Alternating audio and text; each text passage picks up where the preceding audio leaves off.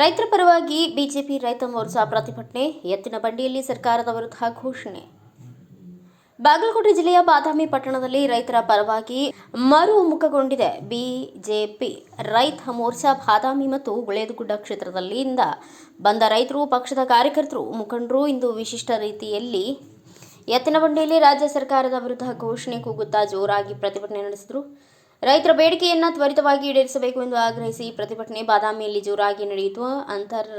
ಅನಂತರ ರಾಜ್ಯ ಸರ್ಕಾರಕ್ಕೆ ಮುಟ್ಟಿಸಲು ತಹಸೀಲ್ದಾರ್ ಮುಖಾಂತರ ಮನವಿ ಪತ್ರ ನೀಡಲಾಯಿತು. ಇಂದಿನ ಪ್ರತಿಭಟನೆಯಲ್ಲಿ ಪ್ರಮುಖ ಮುಖಂಡರು ಭಾಗವಹಿಸಿ ಸರ್ಕಾರವನ್ನು ತೀವ್ರವಾಗಿ ಟೀಕಿಸಿದರು. ಎಸ್.ಟಿ. ಪಾಟೀಲ್, ಎಂ.ಕೆ. ಪಟ್ಟಣಶೆಟ್ಟಿ, ರಾಜಶೇಖರ್ ಶೀಲವಂತ, ಬಿ.ಪಿ. ಹಳ್ಳೂರ್, ಶಿವನಗೌಡ ಸುಂಕದ್, ನಾಗರಾಜ ಕಾಚಟ್ಟಿ ಮತ್ತು ಉಳ್ಳಾಗಡ್ಡಿ ಹೊನ್ನಯ್ಯ ಹಿರೇಮಠ, ಕರ್ನಾಟಕ ರಾಜ್ಯ ಹಸಿರು ಕ್ರಾಂತಿ ರೈತ ಸಂಘದ ರಾಜ್ಯಾಧ್ಯಕ್ಷ ಪಿ.ಎಸ್. ಕವಡಿಮಟ್ಟಿ, ಪದಾಧಿಕಾರಿಗಳು, ಸದಸ್ಯರು ಹಾಗೂ ರೈತಪರ ಸಂಘಟನೆಗಳು, ಅಧಿಕಾರಿಗಳು, ಹೋರಾಟಗಾರರು, ಸದಸ್ಯರು ಎಲ್ಲರೂ ರೈತರ ಪರವಾಗಿ ಸರ್ಕಾರಕ್ಕೆ ಕಠಿಣ ಎಚ್ಚರಿಕೆ ನೀಡಿದರು. ರೈತರಿಗೆ ಸರಿಯಾದ ಪರಿಹಾರ, ಬೆಲೆ ಸೌಲಭ್ಯ ಹಾಗೂ ಬೆಳೆ ನಷ್ಟಕ್ಕೆ ತಕ್ಷಣ ಪರಿಹಾರ ನೀಡಬೇಕು ಎಂದು ಕಾರ್ಯಕರ್ತರು ಆಗ್ರಹಿಸಿದರು. ಬೀದಿಯಲ್ಲಿ ಘೋಷಣೆಗಳನ್ನು ಕೂಗಿದ್ರು. ರೈತ ವಿರೋಧಿ ಸರ್ಕಾರ ಬೇಡ, ರೈತನ ಹಕ್ಕು ನಮ್ಮ ಹೋರಾಟ. ಮುಖಂಡರು, ರಾಜ್ಯ ಸರ್ಕಾರ ರೈತರ ಸಮಸ್ಯೆ ಕಡೆಗಣಿಸಿದರೆ ಮುಂದಿನ ದಿನಗಳಲ್ಲಿ ತೀವ್ರ ಹೋರಾಟ ಮಾಡುವುದಾಗಿ ಎಚ್ಚರಿಸಿದ್ದಾರೆ. ಎತ್ತಿನ ಬಂಡಿ ಮೂಲಕ ನಡೆದ ಈ ವಿಶಿಷ್ಟ ಪ್ರತಿಭಟನೆ ಜನರ ಗಮನ ಸೆಳೆದಿದ್ದು, ರೈತರ ಧ್ವನಿಯನ್ನ ಸರ್ಕಾರ ಎಷ್ಟು ಗಂಭೀರವಾಗಿ ಪರಿಗಣಿಸುತ್ತದೆ ಎಂಬುದನ್ನು ಮುಂದೆ ತಿಳಿಯಬೇಕು.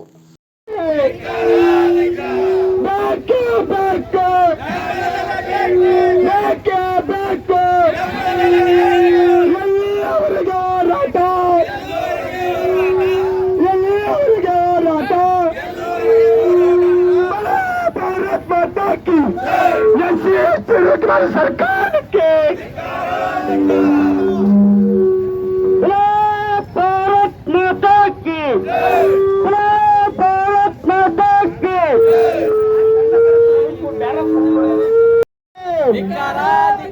ಮೆಕ್ಕೆಜೋಳದ ಬೆಂಬಲ ಬೆಲೆ ನೀಡಿದ ರಾಜ್ಯ ಸರ್ಕಾರಕ್ಕೆ, ಮೆಕ್ಕೆಜೋಳಕ್ಕೆ ಬೆಂಬಲ ಬೆಲೆ ನೀಡಿದ ರಾಜ್ಯ ಸರ್ಕಾರಕ್ಕೆ,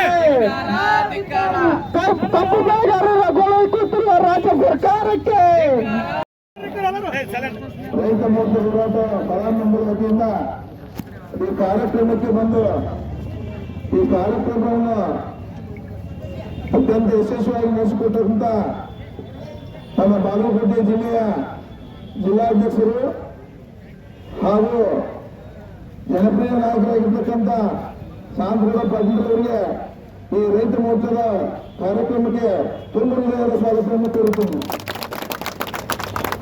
ಅದೇ ರೀತಿಯಾಗಿ ಈ ಭಾರತೀಯ ಜನತಾ ಪಕ್ಷದ ಮಾಜಿ ಶಾಸಕರು, ಜನಪ್ರಿಯ ನಾಯಕರು ಎಂ.ಕೆ. ಪಟ್ಟಣಶೆಟ್ಟಿ ಸಾಹೇಬರನ್ನು ಈ ಕಾರ್ಯಕ್ರಮಕ್ಕೆ ತುಂಬ ಹೃದಯದಿಂದ ಸ್ವಾಗತವನ್ನು ಕೋರುತ್ತೇನೆ. ಅದೇ ರೀತಿಯಾಗಿ ಮಾಜಿ ಶಾಸಕರು, ಗುಳೇಗುಡ್ಡ ಭಾಗದ ಅತ್ಯಂತ ಜನಪ್ರಿಯ ನಾಯಕರು ಶೀಲವಂತ ಸಾಹೇಬರನ್ನು ಈ ಕಾರ್ಯಕ್ರಮಕ್ಕೆ ತುಂಬ ಹೃದಯದ ಸ್ವಾಗತವನ್ನು ಕೋರುತ್ತೇನೆ. ಅದೇ ರೀತಿ ಕೃಷ್ಣಗೌಡ ಅಧ್ಯಕ್ಷರಾಗಿರ್ತಕ್ಕಂಥ ಮಾಜಿ ಕೃಷ್ಣಗೌಡ ಅಧ್ಯಕ್ಷರಾಗಿರ್ತಕ್ಕಂಥ ಹಳ್ಳೂರು ವಕೀಲರು ಸಾಹೇಬರನ್ನು ಈ ಕಾರ್ಯಕ್ರಮಕ್ಕೆ ತುಂಬ ಹೃದಯದ ಸ್ವಾಗತವನ್ನು ಕೋರುತ್ತೇನೆ. ಅದೇ ರೀತಿಯಿಂದ ಹುಲ್ಲಿಕಪ್ಪ ಕವಡಿಮಟ್ಟಿ ಅವರನ್ನು ಕೂಡ ಈ ಕಾರ್ಯಕ್ರಮಕ್ಕೆ ತುಂಬ ಹೃದಯದ ಸ್ವಾಗತವನ್ನು ಕೋರುತ್ತೇನೆ. ಅದೇ ರೀತಿ ನಮ್ಮ ಮಂಡಲದ ಅಧ್ಯಕ್ಷರಾಗಿರ್ತಕ್ಕಂಥ ರಾಜು ಕಾಚಟ್ಟಿ ಅವರನ್ನು ಈ ಕಾರ್ಯಕ್ರಮಕ್ಕೆ ತುಂಬ ಹೃದಯದ ಸ್ವಾಗತವನ್ನು ಕೋರುತ್ತೇನೆ. ಅದೇ ರೀತಿ ಈ ಕಾರ್ಯಕ್ರಮಕ್ಕೆ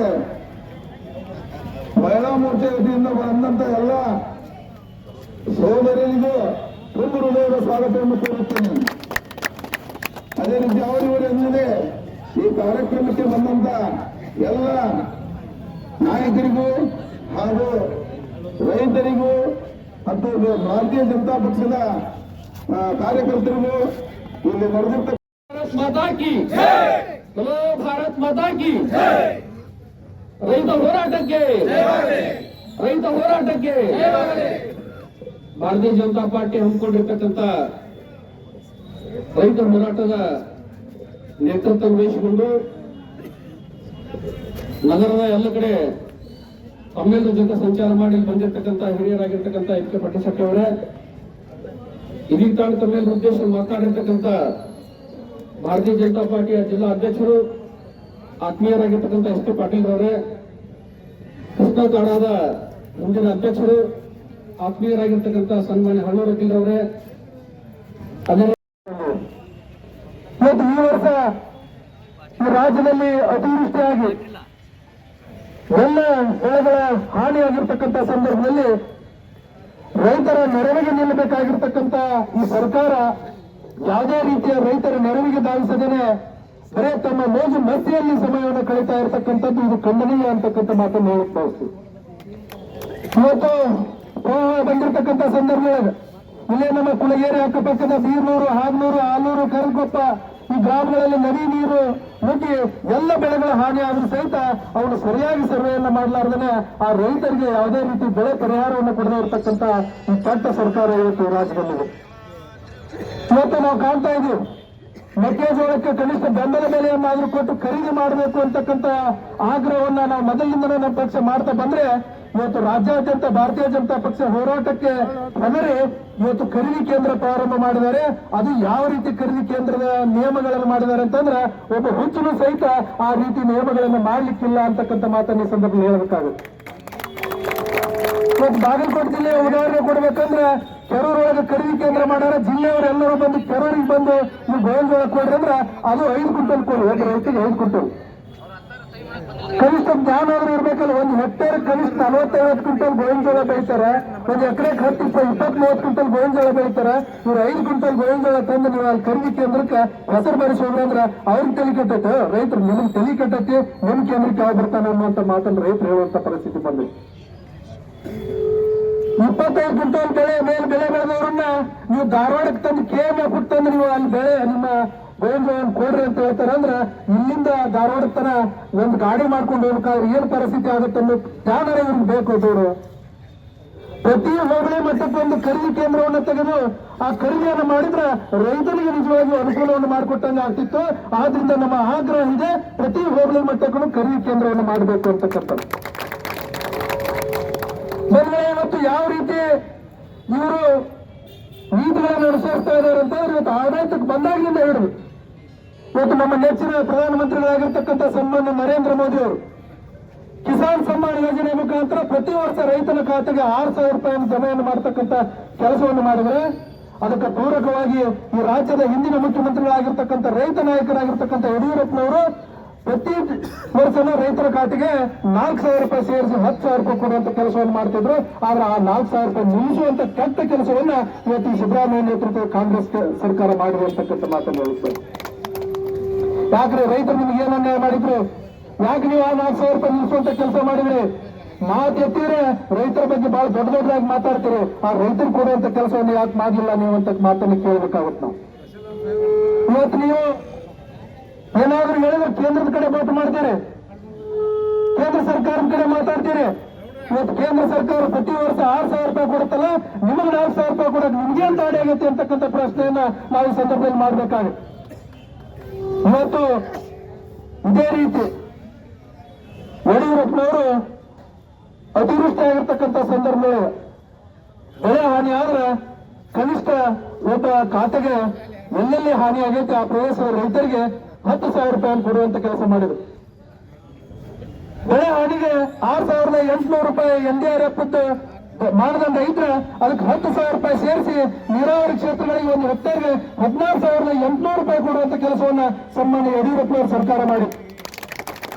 ತೋಟಗಾರಿಕೆ ಬೆಳೆಗಳಿಗೆ 13,500 NDRF ಮಾನದಂಡ ಇದ್ರೆ ಅದಕ್ಕೆ 10,000 ಸೇರಿಸಿ 23,500 ರೂಪಾಯಿ ಕೊಡುವಂತ ಕೆಲಸವನ್ನ ಯಡಿಯೂರಪ್ಪನವರು ಸರ್ಕಾರ ಮಾಡಿತ್ತು. ಇವತ್ತು ನಿಮಗೇನಾಗಿದ್ರಿ ದಾರಿ? ಇವತ್ತು ಅವತ್ತಿನ ಸಂದರ್ಭದೊಳಗೆ ಮನೆ ಬಿದ್ದಿರ್ತಕ್ಕಂಥ ಸಂದರ್ಭಗಳು ಯಡಿಯೂರಪ್ಪನವ್ರ ಸರ್ಕಾರ ಪೂರ್ಣ ಪ್ರಮಾಣದ ಮನೆ ಬಿದ್ದಿದ್ರೆ ಹಾನಿ ಆಗಿದ್ರೆ 5 ಲಕ್ಷ ರೂಪಾಯಿ ಕೊಡ್ತಾ ಇತ್ತು. ಇವತ್ತು ಅಲ್ಲ ಸಾಧಾರಣವಾಗಿ ಹಾನಿ ಆಗಿದ್ರೆ 3 ಲಕ್ಷ ರೂಪಾಯಿ ಕೊಡುವಂತ ಕೆಲಸ ಮಾಡ್ತಾ ಇತ್ತು. ಅಲ್ಪ ಸ್ವಲ್ಪ ಹಾನಿ ಆಗಿದ್ರೆ 50,000 ರೂಪಾಯಿ ಕೊಡುವಂತ ಕೆಲಸವನ್ನು ಮಾಡ್ತಾ ಇತ್ತು. ಆದ್ರೆ ಇವತ್ತು ನೀವೇನ್ ಮಾಡ್ತಾ ಇದ್ದೀರಿ? ಇವತ್ತು ನೀವು ಹೇಳ್ತೀರಿ ಮನೆ ಬಿದ್ರೆ ಅವತ್ತು ನಮ್ಮ ಬದಾಮಿ ಕ್ಷೇತ್ರದೊಳಗ ಅವತ್ತಿಂದ ನಮ್ಮ ಮಾನ್ಯ MK ಪಾಟೀಲ್ ಶೆಟ್ಟಿ ಅವರು ಶಾಸಕರಿದ್ರು, ಯಡಿಯೂರಪ್ಪನವರು ಮುಖ್ಯಮಂತ್ರಿ ಇದ್ರು. ಕನಿಷ್ಠ ಒಂದೊಂದು ಹಳ್ಳಿಯೊಳಗೆ 100 ಮನೆಗಳಿಗೆ ಪರಿಹಾರ ಕೊಡುವಂತ ಕೆಲಸ ಆಗಿತ್ತು. ಸುಮಾರು ಈ ವಿಧಾನಸಭಾ ಕ್ಷೇತ್ರದೊಳಗೆ ತಾಲೂಕಿನೊಳಗೆ 16,000 ಮನೆಗಳಿಗೆ ಯಡಿಯೂರಪ್ಪನವರು ಸರ್ಕಾರ ಹಣ ಕೊಟ್ಟಿತ್ತು ಅಂತಕ್ಕಂಥದ್ದನ್ನು ನೆನಪು ಮಾಡಿಸ್ಬೇಕು. ಇವತ್ತು ಈ ಸರ್ಕಾರ ಸರ್ವೆ ಮಾಡಿ ಬದಾಮಿ ಮತ್ತು ಬೆಳಗುಂಡಿ 2 ತಾಲೂಕು ಸೇರಿ ಸುಮಾರು ಒಂದು 200 ಮನೆಗೆ ಸಹಿತ ಮಾಡಿಲ್ಲ. ಆ 200 ಮನೆಗೂ ಯಾವ ರೀತಿ ಅಂದ್ರೆ 5,000 6,000 ರೂಪಾಯಿ ಭಿಕ್ಷೆ ಕೊಟ್ಟವ್ರ ಮಾಡೋದಕ್ಕೆ ನೀವೇನು ರೈತರನ್ನ ಜನರನ್ನ ಏನಂತ ತಿಳ್ಕೊಂಡಿರಿ ನೀವು? ಇವತ್ತು ಯಾರೋ ನಿಮ್ಮ ಹತ್ರ ಭಿಕ್ಷೆಯನ್ನು ಕೇಳ್ತಾ ಇಲ್ಲ. ಕಷ್ಟದ ಸಂದರ್ಭದಲ್ಲಿ, ಪ್ರಕೃತಿ ವಿಕೋಪ ಆಗಿರ್ತಕ್ಕಂಥ ಸಂದರ್ಭದೊಳಗ ರೈತರ ಜನರ ನೆರವಿಗೆ ಧಾವಿಸಬೇಕಾಗಿರ್ತಕ್ಕಂಥದ್ದು ಸರ್ಕಾರದ ಕೆಲಸ.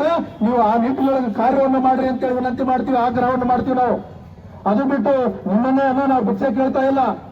ಕಷ್ಟದ ಕಾಲದೊಳಗ ಜನರ ಜೊತೆ ನಿಲ್ಲಲಿಲ್ಲ ಅಂತಂದ್ರೆ ನೀವ್ಯಾಕ್ರಿ ಇರ್ಬೇಕು ಅಲ್ಲಿ? ಇವತ್ತು ಈ ರಾಜ್ಯದೊಳಗ ಏನ್ ನಡೆದಿದೆ? ಇವತ್ತು 15 ದಿವಸ 20 ದಿವಸದಿಂದ ನಾವು ನೋಡ್ತಿದೀವಿ, ಅಭಿವೃದ್ಧಿ ಬಗ್ಗೆ ಚರ್ಚೆನೇ ಇಲ್ಲ. ಇವ್ರ ಚರ್ಚೆ ಇರೋದು ಸಿದ್ದರಾಮಯ್ಯನವ್ರನ್ನ ಕುರ್ಚಿ ಬಿಡುದು ನಂತರ ಆ ಡಿ ಕೆ ಶಿವಕುಮಾರ್ ಅವ್ರ ಕುರ್ಚಿ ಕಾಲು ಜಗ್ಗಾಕತ್ತಾರೆ ನನಗೆ ಬೇಕಂತೇಳಿ. ಇನ್ನ ನಾವು ನೋಡಿದಾಗ ಆದ್ರ ಕಾಂಗ್ರೆಸ್ ಹೈಕಮಾಂಡ್ ಸಹಿತ ಎಷ್ಟು ವೀಕ್ ಆಗೈತೆ ಅಂತಂದ್ರ ಇವತ್ತು ಇವ್ರಿಗೆ ಕರೆದ ಬುದ್ಧಿಗಳಿಲ್ಲ. ಇವ್ರಿಗೆ ಉಪಹಾರ ಮಾಡಕ್ ಕೂಡ್ರಪ್ಪ ಅಂತೇಳಿ ಹೇಳುವಷ್ಟು ಮತ್ತೆ ಕಾಂಗ್ರೆಸ್ ಹೈಕಮಾಂಡ್ ಬಂದೈತಿ. ಇಂದು ಕಾಂಗ್ರೆಸ್ ಹೈಕಮಾಂಡ್ ನಾವು ನೋಡಿದ್ವಿ ಎಷ್ಟು ಬಲಿಷ್ಠ ಇತ್ತಪ್ಪ ಅಂತಂದ್ರೆ ಒಂದು ಲಕೋಟೆಗಳಿಗೆ ಹೆಸರು ಬರೆದು ಕೊಟ್ಟು ಹೋಗ್ಬಿಟ್ರೆ ಮುಖ್ಯಮಂತ್ರಿ ಬದಲಾವಣೆ ಮಾಡ್ತಿದ್ರು. ಆದ್ರೆ ಇವತ್ತು ಯಾವ ಪರಿಸ್ಥಿತಿ ಬಂದೈತಂದ್ರೆ ಸಿದ್ದರಾಮಯ್ಯನವ್ರ ಮನೆಗೆ ನೀವು ಉಪಹಾರಕ್ಕೆ ಹೋಗ್ರಿ, ಡಿ ಕೆ ಶಿವಕುಮಾರ್ ಮನೆಗೆ ನೀವು ಉಪಹಾರಕ್ಕೆ ಹೋಗ್ರಿ. ಅವ್ರು ಉಪಹಾರ ಮಾಡಿ ಬಂದು ನಾನು ನಾಟಿ ಕೋಳಿ ತಿಂದೆ, ಆ ಕೋಳಿ ತಿಂದೆ, ಈ ಕೋಳಿ ತಿಂದೆ ಅಂತ ಅವ್ರು ಮಾಧ್ಯಮದವ್ರು ಮುಂದೆ ಹೋಗ್ತಾರೆ. ಈ ರಾಜ್ಯದ ಜನ ಇದನ್ನ ಕೇಳ್ಬೇಕಾಗೈತೆ ನಾವು. ಈ ರಾಜ್ಯದ ಜನ ಏನ್ ಬಯಸ್ತಾ ಇದಾರ? ಇವತ್ತು ಬೆಂಗಳೂರಿನೊಳಗೆ ಉದ್ಯಮದಾರರು ಚಿಮಾರಿ ಹಾಕ್ತಿದ್ದಾರೆ, ರಸ್ತೆಗಳು ಸರಿ ಇಲ್ಲ ಅಂತಕ್ಕಂಥದ್ದು. ಬೇರೆ ಬೇರೆ ರಾಜ್ಯದ ಸಂಸದರು ಸಚಿವರುಗಳು ಬಂದು ಚಿಮಾರಿ ಹಾಕ್ತಿದ್ದಾರೆ, ನಿಮ್ಮ ಟ್ರಾಫಿಕ್ ಸರಿಯಾಗಿಲ್ಲ, ವ್ಯವಸ್ಥೆ ಸರಿಯಾಗಿಲ್ಲ ಅಂತಕ್ಕಂಥದ್ದು. ಆದ್ರ ಅದರ ಬಗ್ಗೆ ನಿಮ್ಮ ಯಾವುದೇ ಕಿಂಚಿತ್ತು ಕಾಳಜಿ ಇಲ್ಲ. ನಿಮಗೆ ಬರೇ ಅಧಿಕಾರ ಹುಚ್ಚಿಡ್ಬಿಟ್ಟೈತೆ. ಆದ್ರಿಂದ ಕಾಂಗ್ರೆಸ್ ಹೈಕಮಾಂಡ್ ಅವ್ರಿಗೆ ಹೇಳ್ಬೇಕಾಗಿತ್ತು, ಇಂಥ ಎಲ್ಲ ಚರ್ಚೆ ನಡೀತೈತಿ, ಅದನ್ನ ನೀವು ಅಲ್ಲಿ ಗಮನ ಕೊಟ್ಟು ಕೆಲಸ ಮಾಡ್ರಿ ಅಂತ ಹೇಳೋದು ಬಿಟ್ಟು ಅವ್ರನ್ನ ಚಹಾ ಕುಡಿಯಕ್ಕೆ ಹೇಳಕತ್ತಾರೆ. ಆದ್ರಿಂದ ಇವತ್ತು ಸಿದ್ದರಾಮಯ್ಯನವರೇ, ಡಿ ಕೆ ಶಿವಕುಮಾರ್ ಅವರೇ, ಈ ರಾಜ್ಯದೊಳಗ ರಸ್ತೆಗಳು ಗುಂಡಿ ಬಿದ್ದಿದ್ದಾವೆ. ಆ ರಸ್ತೆಗಳ ಗುಂಡಿಯನ್ನು ತುಂಬುವಂತ ಕೆಲಸ ಮಾಡಿ, ರಸ್ತೆ ಮಾಡುವಂತ ಕೆಲಸವನ್ನು ಮಾಡ್ರಿ. ಯಾವುದೇ ನಗರದೊಳಗೂ ಸುಸೂತ್ರವಾಗಿ ಓಡಾಟ ಮಾಡೋ ಹಾಗಿಲ್ಲ. ಯಾವುದೇ ರಸ್ತೆಯೊಳಗೆ ಒಂದು ಗ್ರಾಮದಿಂದ ಒಂದು ಗ್ರಾಮಕ್ಕೆ ಹೋಗ್ಬೇಕಾದ್ರೆ ಸುಸೂತ್ರವಾಗಿ ನಾವು ಆ ಗ್ರಾಮವನ್ನು ತಲುಪೋದಕ್ಕೆ ಸಾಧ್ಯ ಇಲ್ಲ.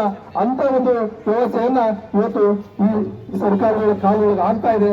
ಅದಕ್ಕೆ ಅವನ್ನೆಲ್ಲವನ್ನು ಸರಿ ಮಾಡ್ತಕ್ಕಂಥ ಕೆಲಸವನ್ನು ಮಾಡಬೇಕಾಗಿರ್ತಕ್ಕಂಥ ಸರ್ಕಾರ ಅಧಿಕಾರಕ್ಕಾಗಿ ಕಚ್ಚಾಡ್ತಕ್ಕಂಥ ಕೆಲಸವನ್ನು ಮಾಡ್ತಾ ಇದೆ. ಇವತ್ತು ನಾವು ಹಿಂದೆ ನಮ್ಮ ಸರ್ಕಾರದ ಮುಖ್ಯಮಂತ್ರಿಗಳಾಗಿರ್ತಕ್ಕಂಥ ಸನ್ಮಾನ್ಯ ಬಸವರಾಜ ಬೊಮ್ಮಾಯಿ ಅವರು ರೈತರ ಮಕ್ಕಳಿಗೆ ವಿದ್ಯಾಭ್ಯಾಸಕ್ಕಾಗಿ ಅನುಕೂಲ ಆಗಲಿ ಅನ್ನೋ ದೃಷ್ಟಿಯಿಂದ ವಿದ್ಯಾನಿಧಿ ಅಂತಕ್ಕಂಥ ಯೋಜನೆ ಮುಖಾಂತರ 2,500ರಿಂದ 11,000 ರೂಪಾಯಿ ಕೊಡ್ತಕ್ಕಂಥ ಕೆಲಸವನ್ನು ಮಾಡಿದ್ರೆ ಅದನ್ನು ಉಪಯೋಗ ಮಾಡಿಕೊಂಡು ಎಷ್ಟೋ ರೈತರ ಮಕ್ಕಳು ವಿದ್ಯಾಭ್ಯಾಸವನ್ನು ಮಾಡಿ ಮುಂದೆ ಬರುವಂತ ಕೆಲಸ ಆಗ್ತಿತ್ತು. ಆದ್ರೆ ಇವತ್ತು ಆ ವಿದ್ಯಾನಿಧಿಯ ಯೋಜನೆಯನ್ನು ಸಹಿತ ನಿಲ್ಲಿಸುವಂತ ಕೆಟ್ಟ ಕೆಲಸವನ್ನ ಇವತ್ತು ಈ ಸಿದ್ದರಾಮಯ್ಯ ಸರ್ಕಾರ ಮಾಡಿದೆ ಅಂತಕ್ಕಂಥದ್ದನ್ನ ನಿಮ್ಮ ನೆನಪಿಗೆ ತರಲಿಕ್ಕೆ ಬಯಸ್ತಾ ಇದೆ. ಇವತ್ತು ಜೊತೆಗೆ ಹಿಂದೆ ಹೇಳ್ತಿದ್ರು ಬಿಜೆಪಿ ಸರ್ಕಾರ ಪಾರ್ಟಿ ಪರ್ಸೆಂಟ್ ಸರ್ಕಾರ. ಇವ್ರಿಗೆ ಒಂದೇ ಒಂದು ಆಧಾರವನ್ನು ಕೊಡೋದಕ್ಕೆ ಸಾಧ್ಯ ಆಗಲಿಲ್ಲ, ಒಂದೇ ಒಂದು ಸಾಕ್ಷಿಯನ್ನು ಕೊಡೋದಕ್ಕೆ ಸಾಧ್ಯ ಆಗಲಿಲ್ಲ. ಪಾರ್ಟಿ ಪರ್ಸೆಂಟ್ ಅಂತ ಹೇಳಿದ್ರಲ್ಲ, ಇವ್ರು ಒಂದೇ ಒಂದು ಸಾಕ್ಷಿ ಕೊಡೋದಕ್ಕೆ ಸಾಧ್ಯ ಆಗಲಿಲ್ಲ. ಆದ್ರೆ ಇವರು ಭ್ರಷ್ಟಾಚಾರವನ್ನ ಇವತ್ತಿನ ಒಂದು ಪತ್ರಿಕೆಯನ್ನು ನೋಡಿದ್ರೆ ಉಪಲೋಕಾಯುಕ್ತರು ಹೇಳಿದಾರ, ಕರ್ನಾಟಕದ ಸರ್ಕಾರ 63% ಭ್ರಷ್ಟಾಚಾರವನ್ನು ಮಾಡಿದೆ ಅಂತಕ್ಕಂಥ ಮಾತನ್ನ. 63%. ಒಬ್ಬ ಲೋಕಾಯುಕ್ತರು ನ್ಯಾಯಾಧೀಶರು ಹೇಳ್ತಾರಂತಂದ್ರ ಇನ್ನೂ ಇದಕ್ಕಿಂತ ಉದಾಹರಣೆ ಏನ್ ಬೇಕು? ಮತ್ತೆ ಅದಕ್ಕಿಂತ ಬೇರೆ ಯಾರು ಸಾಕ್ಷಿ ಕೊಡೋದು ಬೇಕಾಗಿಲ್ಲ. ಇವತ್ತು ಮೂಡ ಹಗರಣವನ್ನು ನಾವು ಕೇಳಿದ್ವಿ. ಆ ಮೂಡ ಹಗರಣದೊಳಗ ಸೈಟ್ ವಾಪಸ್ ಕೊಟ್ಟಾರಂತಂದ್ರ ಸೈಟ್ ನಾ ತಗೊಂಡಿದ್ದೆ, ನಾ ಭ್ರಷ್ಟಾಚಾರ ಮಾಡಿದ್ ಖರೆ ಐತಿ ಅಂತ ವಾಪಸ್ ಕೊಟ್ಟಿದ್ದನ್ನ ಸ್ವತಃ ಮುಖ್ಯಮಂತ್ರಿಗಳು ಒಪ್ಕೊಂಡಾರಲ್ಲ. ಇದಕ್ಕಿಂತ ನಾಚಿಕೆಗೇಡು ಏನ್ ಬೇಕು? ಇರ್ತಕ್ಕಂಥ ಒಬ್ಬ ಸಚಿವರಾದ ಪ್ರಿಯಾಂಕ ಖರ್ಗೆ ಅವ್ರು ಬಹಳ ಮಾತಾಡ್ತಾರೆ ಭ್ರಷ್ಟಾಚಾರದ ಬಗ್ಗೆ, ನರೇಂದ್ರ ಮೋದಿ ಅವ್ರ ಬಗ್ಗೆ, ಕೇಂದ್ರ ಸರ್ಕಾರದ ಬಗ್ಗೆ. 5 ಎಕರೆ ಜಮೀನು ತಗೊಂಡು ವಾಪಸ್ ಕೊಟ್ಟದ್ದು ಸಹಿತ ಅವ್ರಿಗೆ ನೆನಪೈತೆ ಇಲ್ಲ ಅಂತಕ್ಕಂಥ ಪ್ರಶ್ನೆಯನ್ನು ಈ ಮೂಲಕ ಕೇಳಲಿಕ್ಕೆ ಬಯಸ್ತಿಲ್ಲ. ಇವತ್ತು ವಾಲ್ಮೀಕಿ ಅಭಿವೃದ್ಧಿ ನಿಗಮದಿಂದ, ಎಸ್ಟಿ ಅಭಿವೃದ್ಧಿ ನಿಗಮದಿಂದ 189 ಕೋಟಿ ರೂಪಾಯಿಯನ್ನ ನುಂಗಿ ನೀರು ಕುಡಿದ್ರಲ್ಲ ನೀವು. ಅದರೊಳಗೆ ಸದನದೊಳಗೆ ಒಪ್ಕೊಳ್ತೀರಿ ಸಿದ್ದರಾಮಯ್ಯನವರೇ, 189 ಕೋಟಿ ಅಲ್ಲ, 89 ಕೋಟಿ ಅಲ್ಲ ಆಗಿದ್ದು ಖರೆ ಅಂತ. ಅಂದ್ರೆ ನೀವು ಅಲ್ಲೂ ನಾವು ದುಡ್ಡು ಹೊಡೆದಿವಿ ಅನ್ನೋದನ್ನು ನೀವೇ ಒಪ್ಕೊಳ್ತೀರಿ ಅಂತಂದ್ರ ಇದಕ್ಕಿಂತ ಬಂಡತನ ಇನ್ನೇನ್ ಬೇಕು ಅಂತಕ್ಕಂಥ ಮಾತನ್ನ ಈ ಸಂದರ್ಭದಲ್ಲಿ ಕೇಳಲಿಕ್ಕೆ ಬಯಸ್ತೀವಿ. ಭ್ರಷ್ಟಾಚಾರದೊಳಗ ನೀವು ಬಹಳ ಮಾತಾಡ್ತಿದ್ರಲ್ಲ, ಇವತ್ತು ಭ್ರಷ್ಟಾಚಾರದೊಳಗೆ ಜಗತ್ತಿನೊಳಗಿನ ಜಗಬಡ್ಡ ಸರ್ಕಾರ ಯಾವ್ದಾದ್ರು ಇದ್ರೆ ಅದು ಕರ್ನಾಟಕದ ಕಾಂಗ್ರೆಸ್ ಸರ್ಕಾರ ಅಂತಕ್ಕಂಥ ಮಾತನ್ನು ಹೇಳಕ್ ಬಯಸ್ತೇನೆ.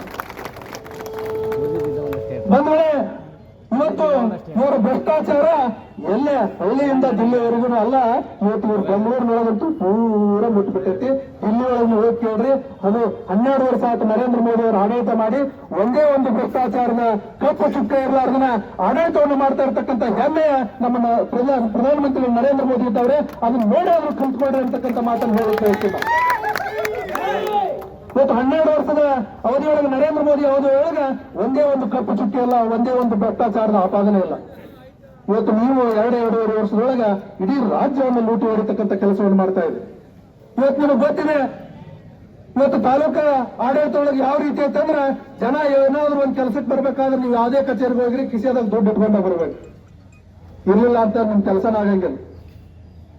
ಯಾವ ಸಣ್ಣ ಪುಟ್ಟ ಕೆಲಸಕ್ಕೆ ಹೋದ್ರೂ ಸಹಿತ ಜನರನ್ನ ಹಿಡ್ತಕ್ಕಂಥ ಕೆಲಸವನ್ನ ಇಲ್ಲಿ ಅಧಿಕಾರಿ ವರ್ಗ ಮಾಡ್ತಾ ಇದ್ದಾರೆ. ಅದರ ಬಗ್ಗೆ ಇಲ್ಲಿರ್ತಕ್ಕಂಥ ಶಾಸಕರು ಇರ್ಬೋದು, ಸಚಿವರು ಇರ್ಬೋದು, ಗಮನ ಹರಿಸ್ತಾ ಇಲ್ಲ. ಇವತ್ತು ನಾವು ನೋಡ್ತಾ ಇದ್ದೀವಿ, ಎಲ್ಲಿ ಬೇಕಲ್ಲಿ ಜೂಜಾಟ ನಡೀತಾ ಇದೆ, ಗಾಂಜಾ ನಡೀತಾ ಇದೆ. ಇವತ್ತು ಅಧಿಕಾರಿಗಳಿಗೆ ಪೊಲೀಸ್ನವ್ರಿಗೆ ಕೇಳಿ ಹೇಳಿಕ್ ಬಯಸ್ತೀನಿ ನಾನು, ಆ ಗಾಂಜಾಕ ಎಂತವ್ರಂದ್ರ ಹೈಸ್ಕೂಲ್ ಹೋಗ್ತಾ ಇರ್ತಕ್ಕಂಥ ಮಕ್ಕಳು ಆ ಗಾಂಜಾ ಮಾತಾಡಿ ಬಲಿಯಾಗ್ತಾ ಇದ್ದಾರೆ, ಅವರ ಜೀವನವನ್ನ ಹಾಳು ಮಾಡ್ತಾ ಇದ್ದಾರೆ.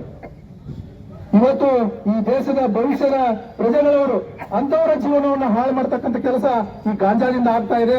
ಅದನ್ನು ನಿಲ್ಲಿಸಲಿಲ್ಲ ಅಂತಂದ್ರೆ ನಿಮಗೂ ಸಹಿತ ಪಾಪ ಬರುತ್ತೆ ಅಂತಕ್ಕಂಥ ಮಾತನ್ನ ಈ ಸಂದರ್ಭದಲ್ಲಿ ಪೊಲೀಸರಿಗೆ ಹೇಳಿ ಕಳಿಸಿಲ್ಲ. ಸಣ್ಣ ಸಣ್ಣ ಮಕ್ಕಳ ಭವಿಷ್ಯ ಇದೆ, ಅದನ್ನು ಅರಿತುಕೊಂಡು ನೀವು ಕೆಲಸ ಮಾಡ್ರಿ. ಇವತ್ತು ಒಂದು ಹೆಚ್ಚು ಕಡಿಮೆ ಎಲ್ಲಾದ್ರೂ ನೀವು ಏನಾದ್ರೂ ಮಾಡಿದ್ರು ಸಹಿತ ನಾವು ಅದನ್ನ ಕೇಳೋದಿಲ್ಲ, ಆದ್ರೆ ಇಂಥ ಮಕ್ಕಳ ಭವಿಷ್ಯ ಹಾಳು ಮಾಡೋದ್ರೊಳಗೂ ಸಹಿತ ನೀವು ನಿಷ್ಕ್ರಿಯರಾಗಬೇಡ್ರಿ ಅಂತಕ್ಕಂಥ ಮಾತನ್ನು ಹೇಳಿಕ್ ಬಯಸ್ತೀನಿ. ಇವತ್ತು ಇದೇ ರೀತಿಯಾಗಿರ್ತಕ್ಕಂಥ ಏನಾದ್ರೂ ವಿಚಾರಗಳನ್ನ ಸರ್ಕಾರದ ವಿರುದ್ಧ ಎತ್ತಿದ ತಕ್ಷಣ ಅವರ ಹಗರಣಗಳನ್ನ ಮುಚ್ಕೊಳ್ಳಾಕ ಮಾನ್ಯ ಸಿದ್ದರಾಮಯ್ಯನವರು, ಪ್ರಿಯಾಂಕ ಖರ್ಗೆ ಅವರು RSS ಬ್ಯಾನ್ ಮಾಡ್ತೀವಿ, RSS ಬ್ಯಾನ್ ಮಾಡ್ತೀವಿ, ಹಿಂದೂ ಸಂಘಟನೆ ಬ್ಯಾನ್ ಮಾಡ್ತೀವಿ ಅಂತ ಸುದ್ದಿ ಹೊರಟಿಸ್ಬಿಡ್ತಾರೆ. RSS ಏನ್ ಮಾಡಿದೆ, ಹಿಂದೂ ಸಂಘಟನೆಗಳು ಏನ್ ಮಾಡಿದೆ, ಜನರ ಪರವಾಗಿ ನಿಂತು ಜನರಿಗೆ ಕಷ್ಟ ಕಾಲದೊಳಗೆ ಸಹಾಯ ಮಾಡ್ತಕ್ಕಂಥ ಕೆಲಸವನ್ನು RSS ಮಾಡ್ತಾ ಇದೆ, ಹಿಂದೂ ಸಂಘಟನೆಗಳು ಮಾಡ್ತಾ ಇದೆ. ಅವನ್ ಬ್ಯಾನ್ ಮಾಡ್ತೀವಿ ಅಂತ ಹೇಳಿ ತಮ್ಮ ಭ್ರಷ್ಟಾಚಾರದ ಹಗರಣಗಳನ್ನು ಮುಚ್ಕೊಳ್ಳಕ್ಕ ಬೇರೆ ಕಡೆ ಸುದ್ದಿ ಮಾಡ್ಬೋದು. ಈ ರೀತಿಯಾಗಿರ್ತಕ್ಕಂಥ ಹಲವಾರು ಹಗರಣಗಳನ್ನ ಮಾಡ್ತಾ ಇರ್ತಕ್ಕಂಥ ಈ ಸರ್ಕಾರ ಇವತ್ತು SC ST ಇರ್ತಕ್ಕಂಥ SCPT ST ಯೋಜನೆಯೊಳಗೆ ಬರ್ತಕ್ಕಂಥ ಅವ್ರಿಗೇನು ರೈತರ ಹೋರಾಟಕ್ಕೆ ಬಹುಶಃ ಈ ಬಿಸಿಲು ಹೊತ್ತೊಳಗೂ ಸಹಿತ ರೈತರಿಗೆ ಆಗಿರ್ತಕ್ಕಂಥ ಸಂಕಷ್ಟಕ್ಕೆ ನಾವೆಲ್ಲರೂ ಒಗ್ಗಟ್ಟಾಗಿ ನಿಂತವರಿಗೆ ನ್ಯಾಯ ಕೊಡಿಸ್ಬೇಕಿರ್ತಕ್ಕಂಥ ಉದ್ದೇಶವನ್ನು ಇಟ್ಟುಕೊಂಡು ನಮ್ಮ ಹಿರಿಯರಾಗಿರ್ತಕ್ಕಂಥ ಸನ್ಮಾನ್ಯ ಶ್ರೀ MK ಪಾಟೀಲ್ ಶೆಟ್ಟಿ ಅವರು, ಜಿಲ್ಲೆಯ ಅಧ್ಯಕ್ಷರಾಗಿರ್ತಕ್ಕಂಥ ಸನ್ಮಾನ್ಯ ಶ್ರೀ ಶಾಂತಗೌಡ ಪಾಟೀಲ್ ರವರು, ಗುಳೇಗುಡ್ಡದ ಆ ದಿಶೆಯಲ್ಲಿ ನಮಗೆ ರೈತರಿಗೆ ನ್ಯಾಯ ಸಿಗಬೇಕು. ಯಾವುದೇ ರೀತಿಯಿಂದ ಅನ್ಯಾಯ ಆಗಬಾರ್ದು. ಕೇವಲ ನೀರಾವರಿ ಉದ್ಯೋಗರಿಗೆ ಮಾತ್ರ ನ್ಯಾಯ ಸಿಗಬಾರ್ದು. ಒಳಮೇಸ ಇದ್ದವರಿಗೂ ಕೂಡ ಈ ಸರ್ಕಾರ ನ್ಯಾಯ ಕೊಡಿಸತಕ್ಕಂತ ಒಂದು ವ್ಯವಸ್ಥೆ ಮಾಡಬೇಕಂತಕೊಂಡು ಈ ಸಂದರ್ಭದಲ್ಲಿ ಕೇಳ್ತಾ, ಈ ರೈತರ ಪರ ಹೋರಾಟಕ್ಕೆ ನಮಗೆ ಯಾವತ್ತೂ ಬೆಂಬಲ ಇದ್ದೇ ಇರ್ತಂತಕೊಂಡು ಹೇಳ್ತಾ ನಾನು ಮಾತುಗಳನ್ನು